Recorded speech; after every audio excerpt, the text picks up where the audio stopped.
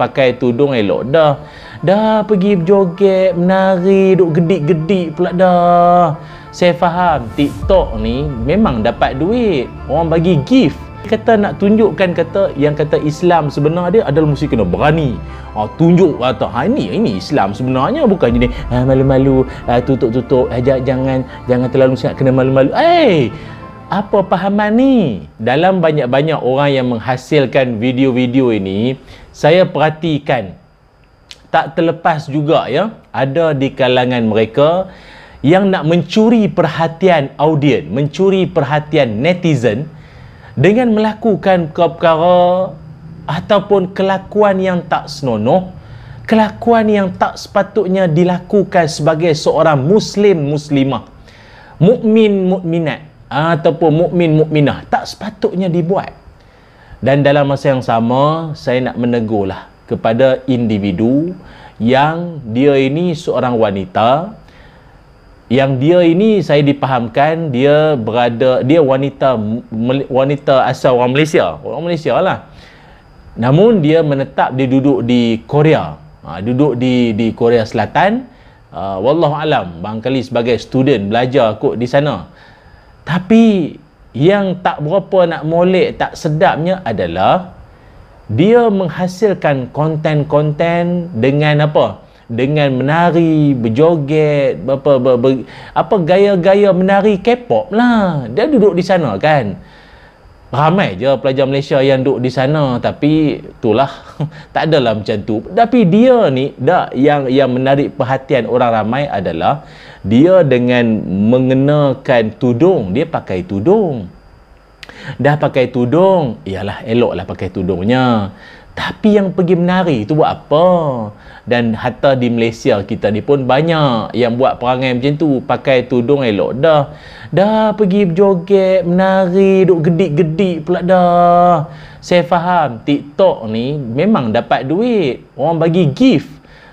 Lagi menarik perhatian orang, dapat gift semua. Jadi dia buat tindakan macam tu sebenarnya mencalarkan maruah, merosakkan nama baik Islam dan juga nama baik keluarganya, menconteng arang. Kita pun kadang tak faham lah apa yang dia faham ya, di sebalik dia pakai tudung tapi dia bergolek, berjoget, menari gaya ala-ala K-pop ni pasal apa? Bila diwawancara, apa yang dia sebut, dia kata dia nak tunjukkan bahawa orang Islam ni bukan hanya kena tunduk, senyap, malu-malu, jangan macam terlalu terpekung sangat. Dia mesti tunjukkan, dia kena pamerkan diri dia mesti berani ke hadapan, mesti tonjolkan diri dia, berani tunjukkan diri dia tu. Apa jenis pahaman pula macam ni? Dia kata nak tunjukkan yang kata Islam sebenar dia adalah mesti kena berani. Tunjuk kata ini Islam sebenarnya, bukan jenis malu-malu, tutup-tutup, jangan terlalu sangat kena malu-malu. Apa pahaman ni?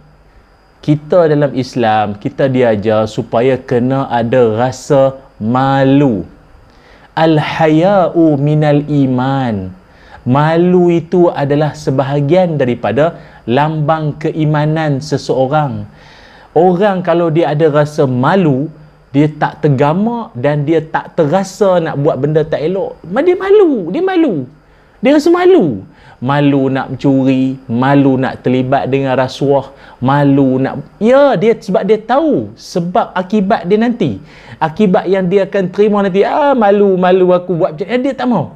Jadi sekarang ini seolah-olah saya perhatikan macam ada satu gelombang di mana mempromosikan supaya jangan malu.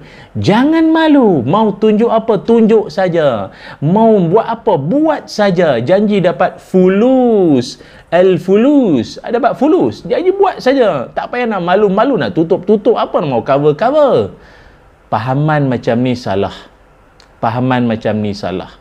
Apatah lagi kita orang Islam dan dia tu pula wanita. Saudari, jika video ni dapat ditonton oleh anda, kita minta sangat-sangat berhentilah daripada buat perangai macam tu.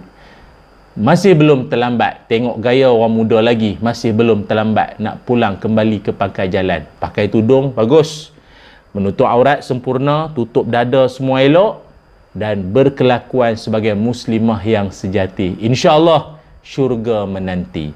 Sebab orang perempuan ni adalah makhluk Allah yang sangat mulia.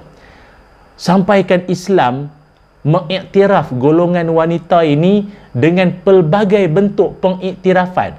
Dalam satu hadis, Nabi SAW bersabda, apa kata Nabi? Ad-dunya mata'un wa khairul mata'id dunya al-mar'atus salihah. Nabi kata dunia ini adalah perhiasan, dan sebaik-baik, seindah-indah perhiasan itu adalah wanita solehah. Apa lagu intim kata? Wanita hiasan dunia, seindah hiasan adalah wanita soleha yang akan membahagiakan syurga di dalam rumah tangga. Sikit-sikit jadilah. Itu intim. Ini out team. Memang out. Wanita ini adalah perhiasan seindah perhiasan dunia. Itu. Malah kalau dalam Quran sekalipun siap ada surah lagi, surah An-Nisa, iaitu surah yang keempat, ada 176 ayat. Malah dalam Quran juga ada surah bertemakan nama wanita, iaitu surah Maryam. Surah Maryam lagi.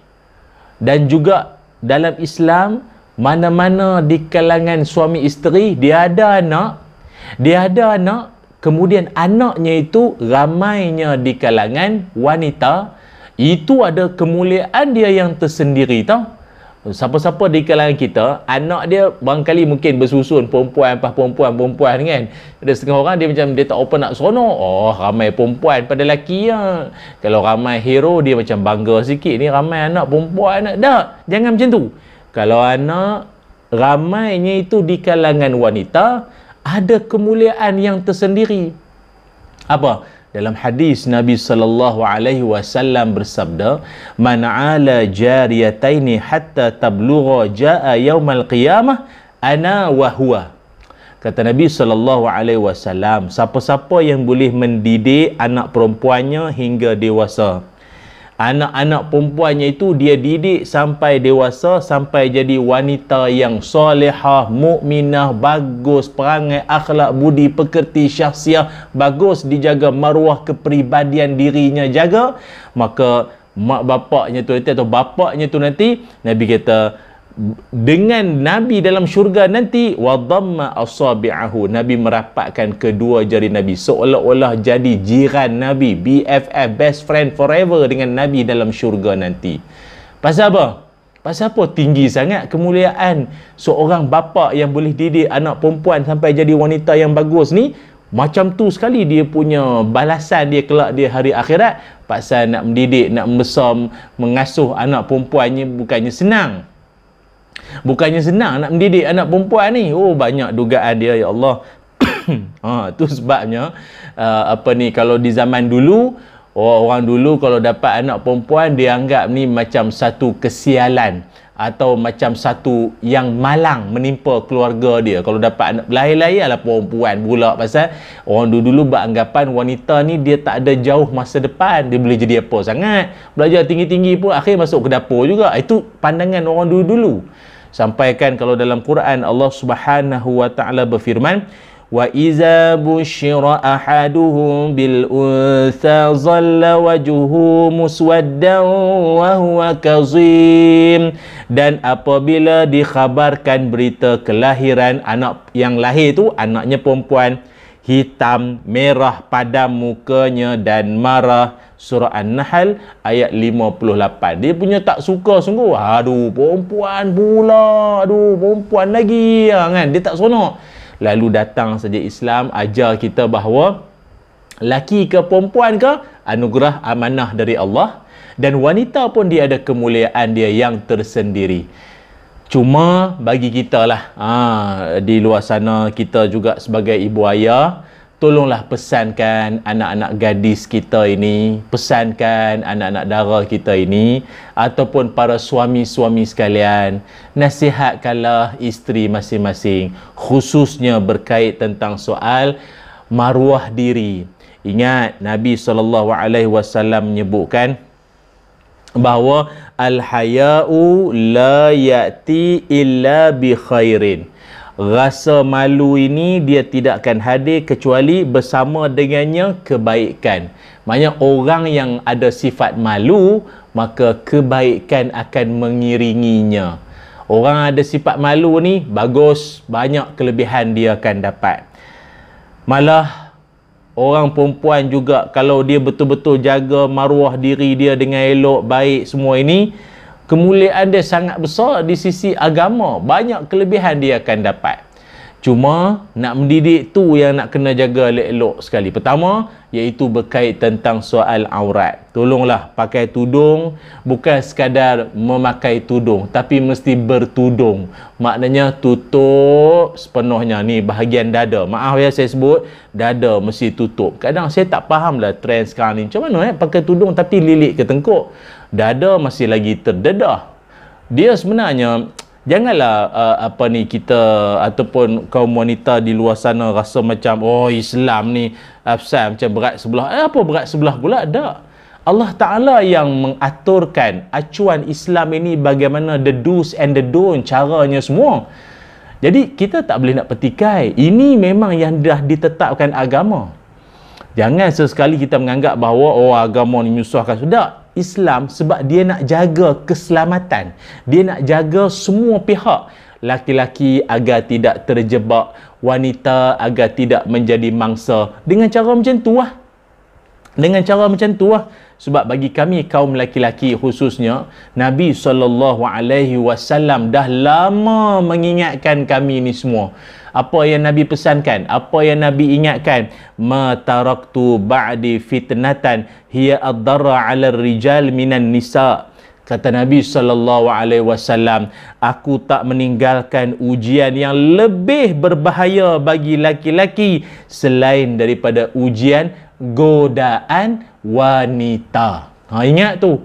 Ini Nabi SAW awal-awal Nabi beritahu siap-siap dah. Nabi pesan kat kita, Nabi tu sebagai seorang laki-laki, dia faham sangat laki-laki ni macam mana punya kecenderungan hati, jiwa sanubari tu. Nabi pesan siap-siap dah. Rupanya antara fitnah yang dahsyat bagi seorang laki-laki adalah ujian godaan wanita. Lagi-lagi pula mari wanita duk bergedik, tak tahulah gaya ala Bollywood lah, ala K-pop lah, irama Melayu ke, tak kisahlah macam mana dia gedik punya, lenggok-lenggok badan semua. Memang boleh merosakkan jiwa kita. Memang boleh merosak jiwa. Memang punya. Sebab tu tolonglah. Tolong sangat-sangat.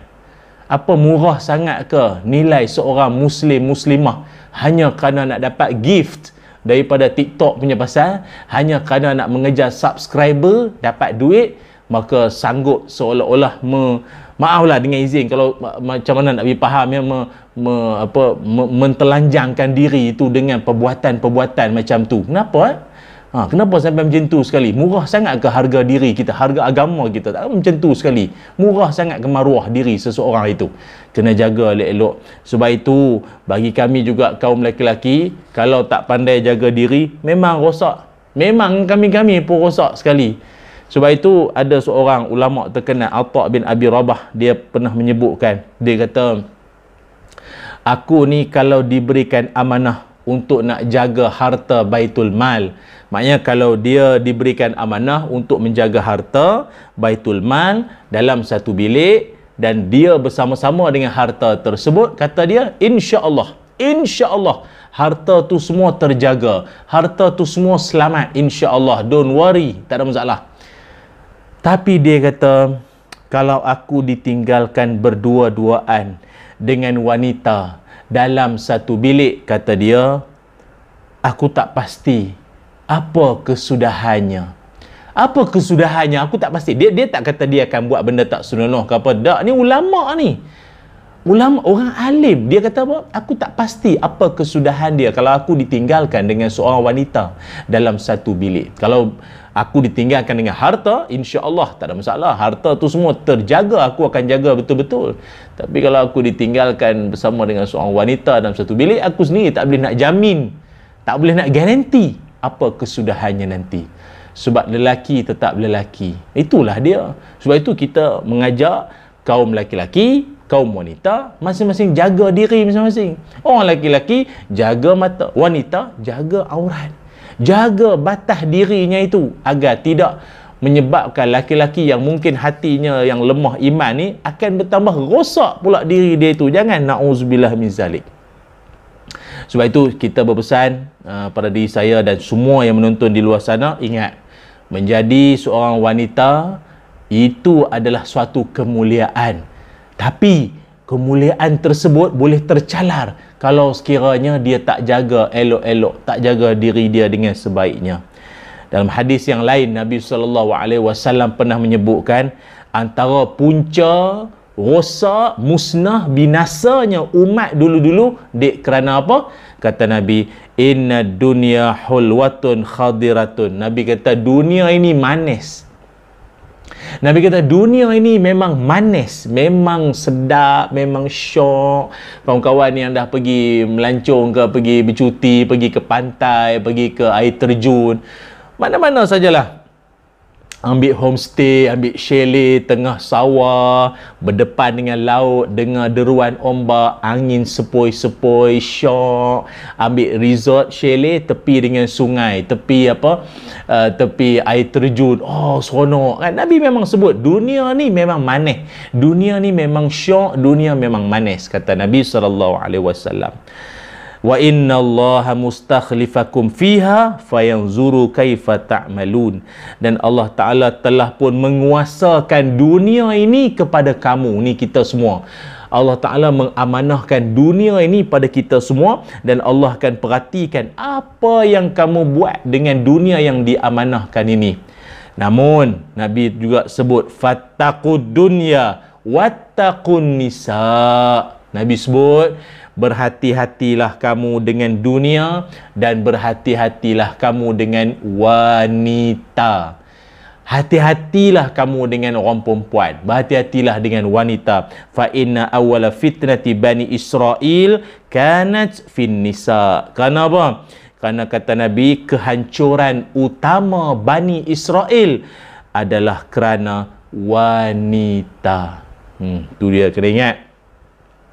Dia kenapa disebutkan bangsa dulu ni Israel ni rosak dulu pasal apa?